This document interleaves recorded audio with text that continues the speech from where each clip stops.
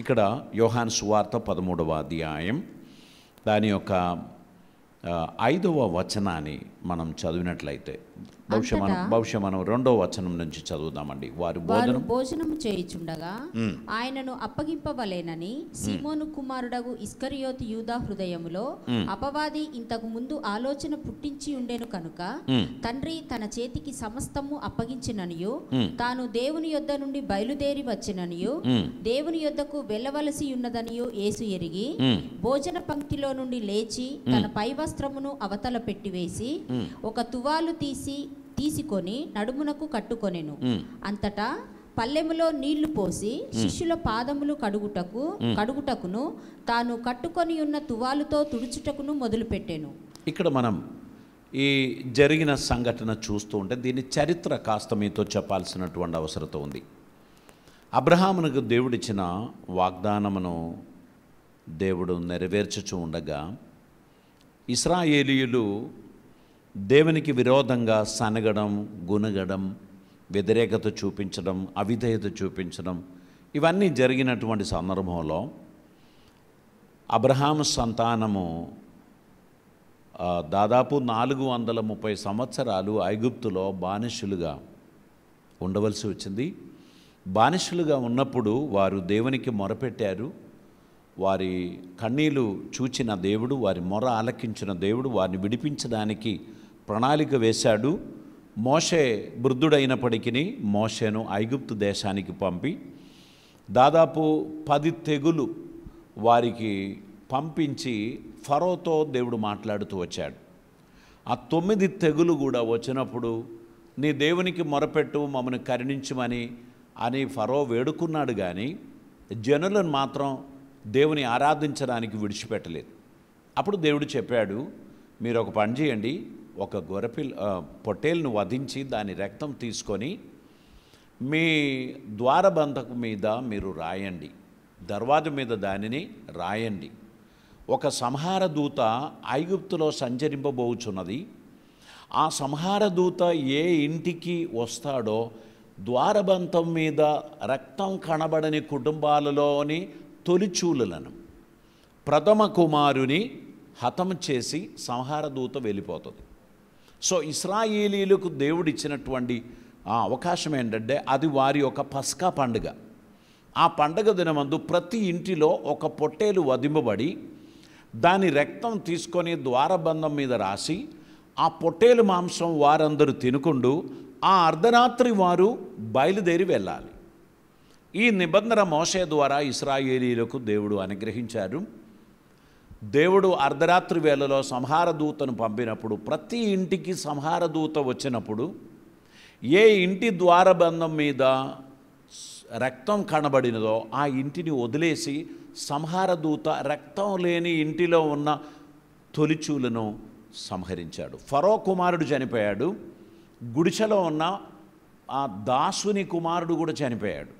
అలాగా ఐగుప్తు అంతా కూడా రోదన, ఏడుపు జరుగుతున్న సమయంలో అర్ధరాత్రి వేళలో ఇశ్రాయేలీయులు బయలుదేరిపోయారు.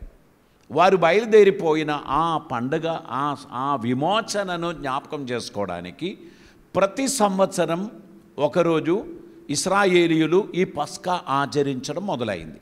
ఆ రోజు ఒక గొర్రెపిల్లను వధించినప్పుడు వారు గుర్తుపెట్టేది మనలని ఆ సంహార దూత తాకకుండా సంరక్షించిన దేవుని క్రయధనం, దేవుని విమోచన రక్తం అని ఈ పస్కా రక్తమును వారు జ్ఞాపకం చేసుకుంటూ వచ్చారు. అలాగా యేసు ప్రభు తన్ను తాను అప్పగించడానికి దేవుని అనాది ప్రణాళికలో ఆయన సిద్ధమైనప్పుడు పస్కా పండుగ రోజు ఒక కూడిక ప్రభు ఏర్పాటు చేసుకున్నారు. తెల్లారి ఆయన మరణమైపోవచ్చున్నాడు అని ఆయనకు తెలుసు. ఆయన పరలోకమునకు ఆరోహణమైపోవచ్చున్నాడు అనేది కూడా ఆయనకు తెలుసు. అయితే పస్కా పశువు లేక ఆ పొట్టేలు రక్తము లోక పాపమును మోసుకొని పోవుచున్న దేవుని గొర్రెపిల్ల యొక్క రక్తమును సూచించినటువంటిది. అప్పటి నుంచి ఇశ్రాయేలీయులు ఒక విమోచన జరుగుతున్నది అని వారు నమ్మినారు. ఆ క్రయధనం ఫైనలీ దేవునికి అర్పించడానికి ప్రభు సిద్ధమయ్యాడు. తన్ను తానుగా సమర్పించుకున్నాడు.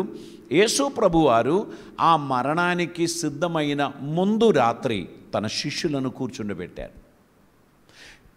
లోకములో యేసుక్రీస్తుని ప్రేమను చాటించడానికి, ప్రభువును గూర్చి లోకానికి తెలియపరచడానికి ప్రభు ఈ 12 మంది శిష్యులనే ఏర్పాటు చేశారు. అవతల 500 మంది శిష్యులు ప్రభుకున్నారు. వారందరితో ఈ బోధనాన్ని ఏర్పాటు చేయలేదు. ఇది ఎంతమందితో చేసుకున్నారు? కేవలం 12 మందితో. ఆ 12 మందితో కూర్చొని మాట్లాడుచున్నప్పుడు వారికి ఒక పరమ సత్యాన్ని ప్రభు నేర్పించాడు. నేను మీ బోధకుడను, మీ ప్రభువునై ఉండి నేను మీ పాదములు కడిగిన ఎడల మీరును ఒకని ఎడల ఒకడు ఇలాగూ చేయవలను అని ప్రభు వారికి నేర్పించాడు. ఇక్కడ మనం తెలుసుకోవాల్సినటువంటి విషయం, యేసు ప్రభు పరిశుద్ధుడై, పావనుడై, దేవుని కుమారుడై, దేవుడై లోకములో సంచరించినటువంటి వాడు తన శిష్యుల పాదములు కడిగి ఈ పవిత్రమైన పరిచర్య లోకానికి పరిచయం చేశారు. మనం చూస్తున్నటువంటి సమయంలో ఈ చాప్టర్ అంతా కూడా చదివితే చాలా బాగుంది. అక్కడ అది మనం చూస్తున్నప్పుడు ఆ పరిచర్య చేసుకుంటూ సీమోను పేతురు దగ్గరికి వచ్చారని 5వ వచనం చదువుదాం. అంతట పల్లెములో నీళ్లు పోసి శిష్యుల పాదములు కడుగుటకును తాను కట్టుకొని ఉన్న తువాలుతో తుడుచుటకును మొదలుపెట్టెను. ఇట్లు చేయిచు ఆయన సీమోను పేతురు నొద్దకు వచ్చినప్పుడు అతడు, ప్రభువా, నీవు నా పాదములు కడుగుదువా అని ఆయనతో అనెను. అందుకు యేసు, నేను చేయుచున్నది ఇప్పుడు నీకు తెలియదు, కానీ ఇక మీదట తెలిసికొందువని అతనితో చెప్పగా, పేతురు, నీవెన్నడూను నా పాదములు కడుగరాదని ఆయనతో అనెను. అందుకు యేసు, నేను నిన్ను కడగని ఎడల నాతో నీకు పాలు లేదనెను. సీమోను పేతురు, ప్రభువా, నా పాదములు మాత్రమే కాక నా చేతులు, నా తల కూడా కడుగుమని ఆయనతో చెప్పెను. యేసు అతని చూచి, స్నానము చేసిన వాడు పాదములు తప్ప మరేమియూ కడుగకొననక్కరలేదు, అతడు కేవలము పవిత్రుడయ్యెను. మీరును పవిత్రులు, కానీ మీలో అందరూ పవిత్రులు కారనెను. తన్ను అప్పగించు వానిని ఎరిగెను కనుక మీలో అందరూ పవిత్రులు కారని ఆయన చెప్పెను. ఇక్కడ చూడండి, యేసు ప్రభు పాదాలు కడిగినప్పుడు ఎవరి పాదాలు కూడా కడిగాడు? యూదా పాదాలు కూడా కడిగాడు. కొన్ని నిమిషంలో తన్ను అప్పగింపబోచున్న యూదా పంక్తిలో కూర్చొని ఉన్నాడు అనేది ప్రభుకు తెలుసు. ఆయన ఆ యూదా పాదములు కూడా కడిగాడు. సీమోను పేతురు పాదాలు కడిగినటువంటి సమయంలో ఆయన చెప్పాడు, నువ్వు నా పాదములు కడుగుదువా?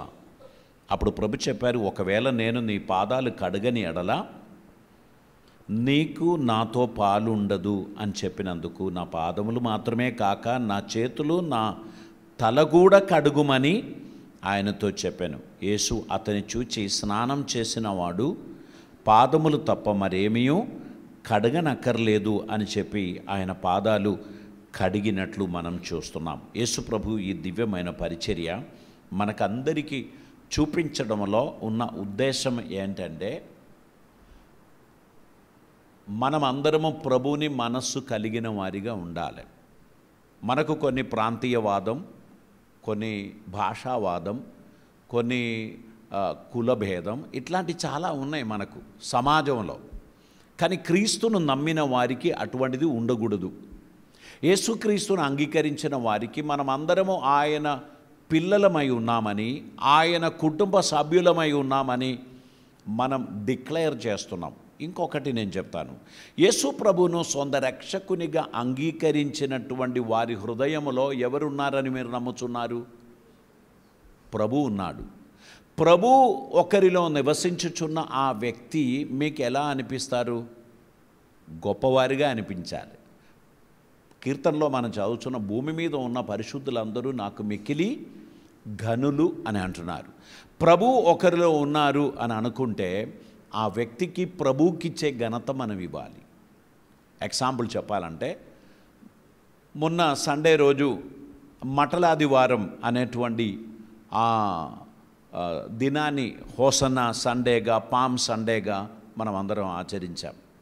ఆ దినమందు ఒక గాడిద మీద ప్రభు కూర్చొని వస్తూ ఉండగా విశిష్టమైన వస్త్రములు, పుష్పములు, కొమ్ములు, ఆకులు అన్ని వీధిలో పరిచి ఆ గాడిదపై ప్రభు కూర్చున్నప్పుడు ప్రభు పాదాలు ఆ బట్టలను తాకలే. ప్రభు పాదాలు ఆ పుష్పములనో కొమ్ములనో తాకలే. ఎవరి పాదాలు తాకింది? గాడిద పాదాలే తాకింది. ప్రభువును మోసిన గాడిదికి మనుషులందరూ ఏమేశారు? అంత విశిష్టమైన వస్త్రములు పరిచి వాటిని గౌరవించారు. ఇప్పుడు నా ప్రక్కన ఉన్న సహోదరునిలో ప్రభు ఉన్నాడు. నేను ఆయనను చిన్నచూపు చూసి నీవు ఒక రిక్షా పుల్లర్, నీవు ఒక ఆటో డ్రైవర్ అని నేను ఆయనను చిన్నచూపు చూస్తే నేను ప్రభుని అవమానపరుస్తున్నాను. నేను ఆ వ్యక్తి కలిగి ఉన్న ప్రభువును నేను గౌరవించుచున్నట్లయితే ఆయన పాదములు నాకు సుందరమైన పాదములు. Praise the Lord. ఈ జ్ఞానం మనకు వచ్చినప్పుడు మాత్రమే క్రీస్తుని మనస్సు మనం కలిగి ఉండగలుగుతాం. లేకపోతే మనకు మన హోదా గొప్పది, మన పేరు గొప్పది, మన కుటుంబం గొప్పది, మన ఉద్యోగం గొప్పది, మన డబ్బు గొప్పది, నీకన్నా ఎక్కువ సాలరీ నాకున్నది, నీకన్నా ఎక్కువ విలువ నాకున్నది అనేటువంటి ఒక భావం చేత మనం మన పక్కన ఉన్న వ్యక్తిని చిన్నచూపు చూస్తాం. కానీ దేవుని కుటుంబంలో మనం ఎవరిని కూడా చిన్నచూపు చూడడానికి వీల్లేదు. వారందరూ కలిగి ఉన్నది వెండి బంగారం కాదు, వారందరూ కలిగి ఉన్నది సజీవుడైన ప్రభువును కలిగి ఉన్నాడు. ఆయనను మోసుకొని తిరుగుచున్న ప్రజలను మనం గౌరవించటం ద్వారా మనం ప్రభువును గౌరవిస్తున్నాం, ప్రభువును మనం మహిమపరుస్తున్నాం, ఆయన నామాన్ని మనం కొనియాడుచున్నాం. కనుక ప్రతి ఒక్కరు గుర్తుంచుకోవలసినది, ఇది నా జీవితంలో గొప్ప భాగ్యం. సంవత్సరంలో కేవలం ఒకరోజు మాత్రమే ఉంది కదా. మనం వేరే ఎప్పుడు కూడా మన బిజీ స్కెడ్యూల్స్ని బట్టి మనం ఇది చేయడానికి కుదురతలేదు. కానీ సంవత్సరంలో ప్రతి గుడ్ ఫ్రైడేకి ముందు రాత్రి మనం పరస్పరం పాదాలు కడిగే పరిచర్య మనం చేస్తాం. ఈ చేయడం ద్వారా మన సమాజానికి మనం తెలియపరిచేది, I want to respect my brother and my sister. వారు యేసయ్యను కలిగి ఉన్నారు. యేసు ప్రభువును కలిగి ఉన్న నా సహోదరిని నేను గౌరవిస్తున్నాను. యేసు ప్రభువును కలిగి ఉన్న నా సహోదరిని నేను గౌరవిస్తున్నాను.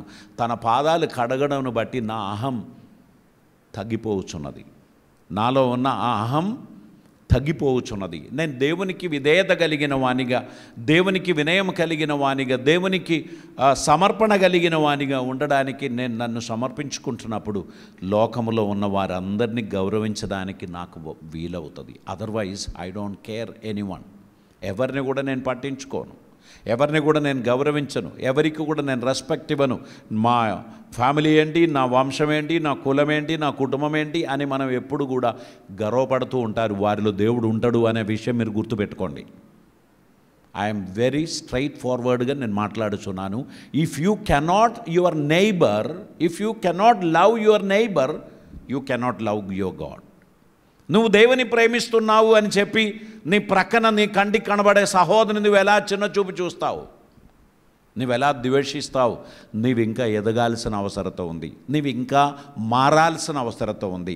నీవు పాటలు పాడుతావు కావచ్చు, నువ్వు అన్య భాషలు మాట్లాడుతావు కావచ్చు, నీవు ఎంతో గొప్ప త్యాగపూరితమైన పనులు చేస్తావు కావచ్చు, కానీ నీ యాటిట్యూడ్ మారనంత కాలం నువ్వు దేవుని మోయని వ్యక్తిగా ఉన్నావు అనే సత్యాన్ని నువ్వు అంగీకరించాలి. ఏంటి నీ గర్వానికి కారణం? ఏంటి నీ అహానికి కారణం? నాకు ఒక వ్యక్తి తెలుసు, వారు ఒక ఆత్మహత్యాశ్రమం చేశారు. ఏ ఇంటికి పోయినా మంచినీళ్ళు తాగరు.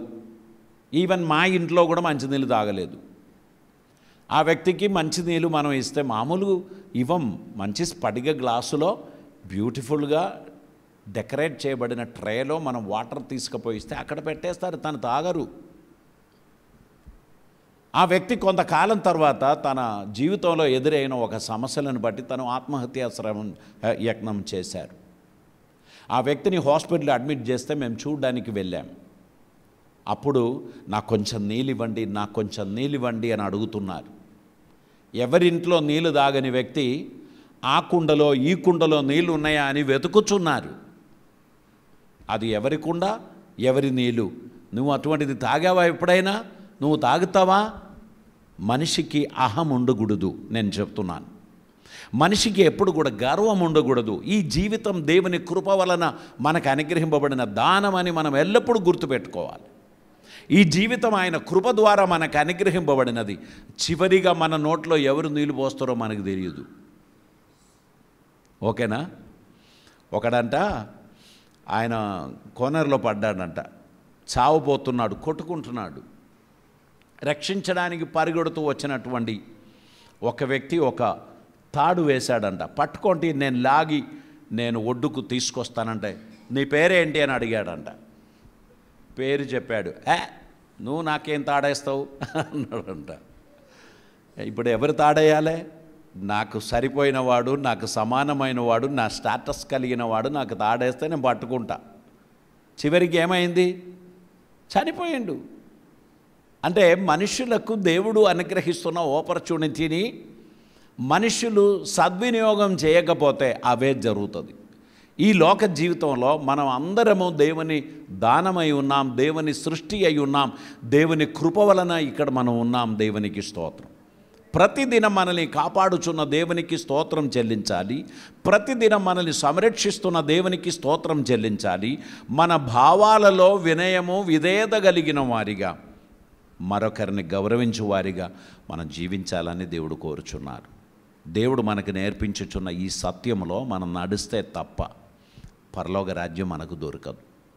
పరలోక రాజ్యం గురించి ఎంత గొప్పగా వివరించినా, అక్కడున్న విశేషతలు ఎంత శ్రేష్టమైనా, నీ యాటిట్యూడ్ అక్కడికి పోవడానికి తగినటువంటి సిద్ధపాటుతో కూడినది కాకపోతే నీవు అక్కడ తొంగి చూడడానికి కూడా నీకు ఛాన్స్ దొరకదు. You have to practice haven on earth.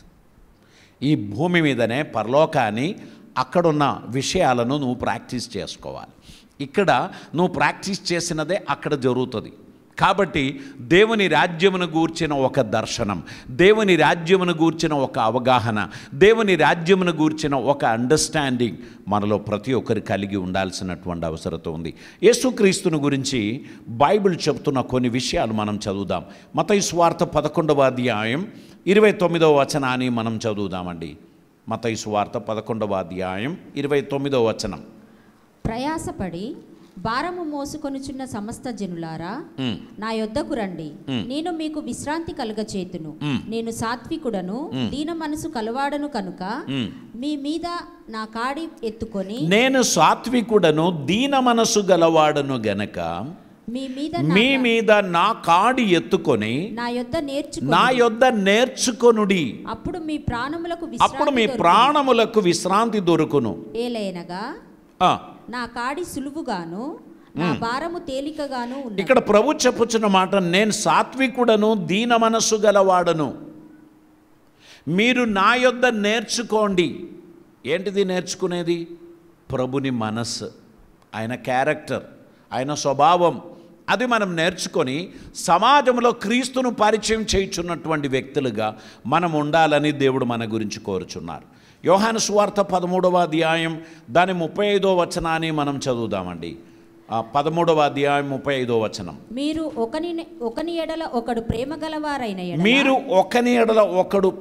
గలవారైన ఎడల దీనిని బట్టి మీరు నా శిష్యులని అందరూ తెలుసుకొందురు. 34 కూడా చదువమ్మా. మీరు ఒకరినొకరు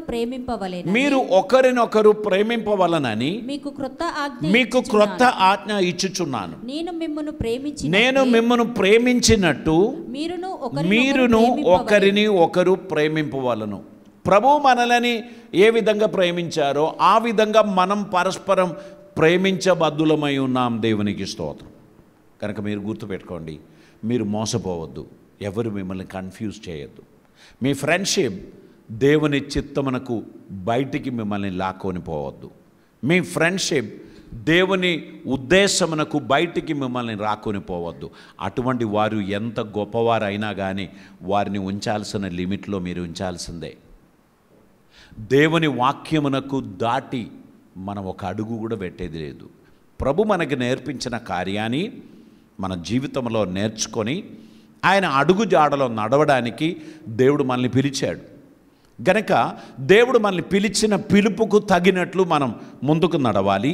దైవ చిత్తం నెరవేరడానికి దేవుడు మనల్ని ఏర్పరచుకున్నాడు అనేటువంటి విషయాన్ని గ్రహించిన వారిగా మనం ఆయన అడుగుజాడలో నడవాల్సిన అవసరత ఉంది. దేవునికి స్తోత్రం. పరిశుద్ధ వాక్యంలో మనం ఇంకా చదవాల్సినటువంటి విషయం ఫిలిప్పీ పత్రిక 2వ అధ్యాయం 5 నుంచి 8 వరకున్న వచనాలు మనం చదువుదాం. ఫిలిప్పీ పత్రిక 2వ అధ్యాయం 5 నుంచి 8 వరకున్న వచనాలు. క్రీస్తు యేసుకు కలిగిన ఈ మనసు మీరును కలిగి ఉండుడి. క్రీస్తు యేసునకు కలిగిన ఈ మనస్సు మీరును కలిగి ఉండుడి.